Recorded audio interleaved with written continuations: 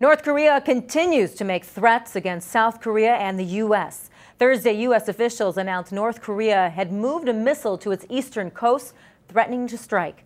Military analysts say the missile has a range that could threaten South Korea and Japan, but not the U.S. Some analysts say any launch would be a test, not an actual attack.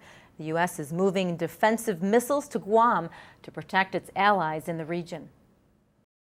America's military pullout from Afghanistan won't be complete until late next year, but troops are readying tens of thousands of military vehicles for shipment back home. In 8 giant warehouses, the vehicles are being stripped of their radios and computers and searched for their stray ammunition. It'll cost about $6 billion to pack them all up and bring them home. Is a good feeling.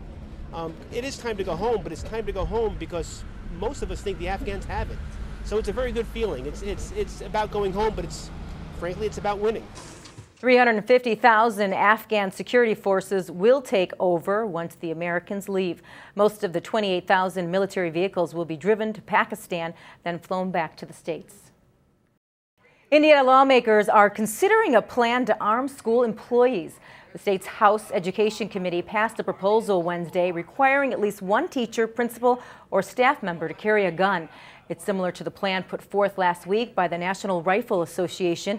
If it's signed into law, Indiana would become the first state to arm school employees.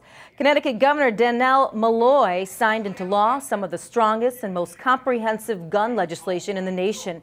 Lawmakers there responding to the Newtown school shooting and working through the night to get it passed. It includes bans on some weapons as well as the sale or purchase of high-capacity magazines. The new law also requires background checks for all gun purchases. Former Secretary of State Hillary Clinton will release a memoir next year. Publisher Simon Schuster says the book will discuss the military operation that killed Osama bin Laden, the overthrow of the Gaddafi regime in Libya, and the transitions in Iraq and Afghanistan. The memoir will also talk about the ongoing need for America's leadership in the changing world. The book will be released amid increasing speculation Clinton is considering a run for president in 2016.